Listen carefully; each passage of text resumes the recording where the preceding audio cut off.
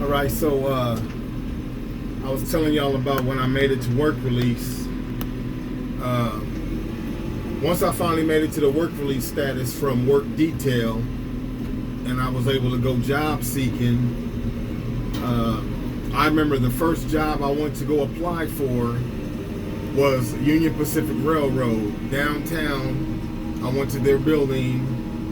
I dressed the part. I wore some slacks and a blazer, and a button-up shirt and a tie, some comfortable dress shoes, and I went. But then I found out from them that their application process is only online. So I just left there, and when I went outside the front of the building, right across the street, I seen some red trucks with some lights, some of those construction lights on the top of them flickering, and the trucks all looked new, and the guys were all out there doing whatever. So I just walked across the street to them, and I asked them, I told them, I said, you guys got some nice looking equipment. I was like, are y'all hiring? And then the guy was like, yeah, actually we are. And he was like, you coming to apply for a construction job in a suit? And I told him, my situation. And I told him how I just came out of Union Pacific. But straight up, I told him I was on work release and whatever. And so anyhow, he told me to go and speak to this woman named Ruth.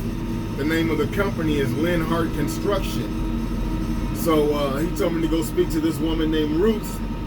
So I went, and first I went back to the center, and I had to have a different pass written out to get permission to go to this location. So then I called a friend for a ride, and so I got the ride, and we headed up to 66th and L basically, and went to Linhart Construction, put in my job application. They pretty much hired me on the spot, whatever, and I started working for them. I started at $12 an hour, and I was just helped to build retaining walls and lay down brick pavers and all sorts of things like that. So anyway, I kept that job until it laid off in the winter. It laid off, and I'm on work release. I'm in the work release center. I can't do a layoff. I can't, So anyway, I told him that I might be back in the spring when he's starting again. But I told him until then I gotta go find something else, So I put in a application. I went out to Gold's Gym on 108th and Maple. At the time is where it was. I went out there, and I applied to be a personal trainer. I didn't have I was not a certified personal trainer. I had not been to college or any education online to give me paperwork to say, anything about my qualifications or anything. So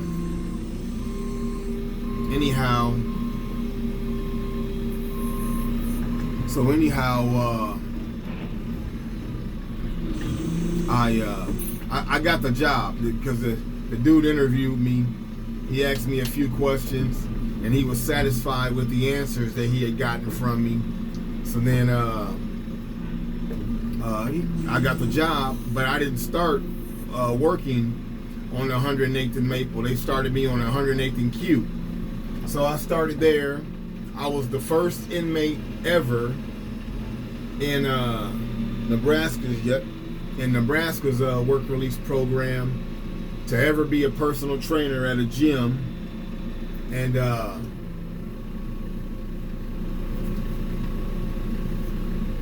to ever be a personal trainer at a gym. And also, Gold's Gym told me I was the first person that they ever hired out of a work release center. So I set a precedence there. I don't mind that. And I got paid pretty good. So I went from the $12 an hour with the Linhart Construction, and when I started doing the personal training, I started at $18 an hour. And then I also got paid additional commission. So I worked there for a while, and then all my clients were getting their desired results. I never had no complaints from any of the clients, you know, complaining about me hitting on them if they're females or any of that type of stuff. I never had no complaints. So anyhow, I did pretty well there, and I eventually left there as well, because I remember one time to keep it short, I basically learned that company, all they really wanted, it was a company that worked at Gold's Gym. They had a contract with Gold's Gym to be the personal trainer for the Gold Gym members. That company was called Custom Built Training. So that's who I actually worked for at Gold's Gym. So anyway, I quit because I learned that all they really wanted was people's credit card number. They don't care if you come and work out or not. They just want your credit card number. So I didn't like that, and so I ended up leaving. So I ended up leaving and going to go get my Class A CDL. And so I got my Class A CDL and started driving.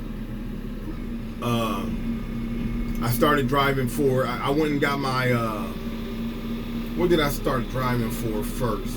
I started driving for a couple of real small companies, and names I don't even remember. Then I drove for Hawkins Construction for about 2 weeks.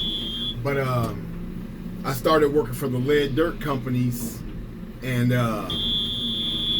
started driving for them. I went up in pay rate again.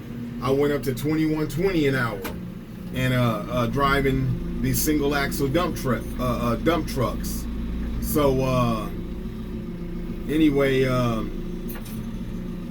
so that was going pretty good, you know. But however, let me say this. I was still working at Gold's Gym. Let me make sure I'm telling the truth. No. Yeah. I was still working at Gold's Gym when I got released from the work release center to parole. I was still working at Gold's Gym. And so, but the one thing I'll talk about, and I'll get back on this subject when I come back on, but the one thing that I'll talk about is the hastiness that I had and that a lot of inmates have coming out. Thank you, brother. Yeah, I appreciate you. Yeah. The hastiness that inmates have to get in a relationship. And that was definitely my biggest problem. Yeah, that was definitely my biggest problem, because I got in 2 relationships that were just detrimental. And I'll have to tell you about all that. The toxicity was just gross. Very, very gross. The fact that I'm on lifetime parole was always in jeopardy. Always trying to use my parole against me. Just like I said, I'll make a video just about that. So I'll speak on all that, but I just wanted to give, in this video, I wanted to tell y'all the jobs that I got while I was on work release and how each job stepped up in pay. So I was just trying to let y'all know that. And Yeah. So hopefully that can be some encouragement. But anyway, I'll hop back on here again in just a little bit. I got to take care of a few things.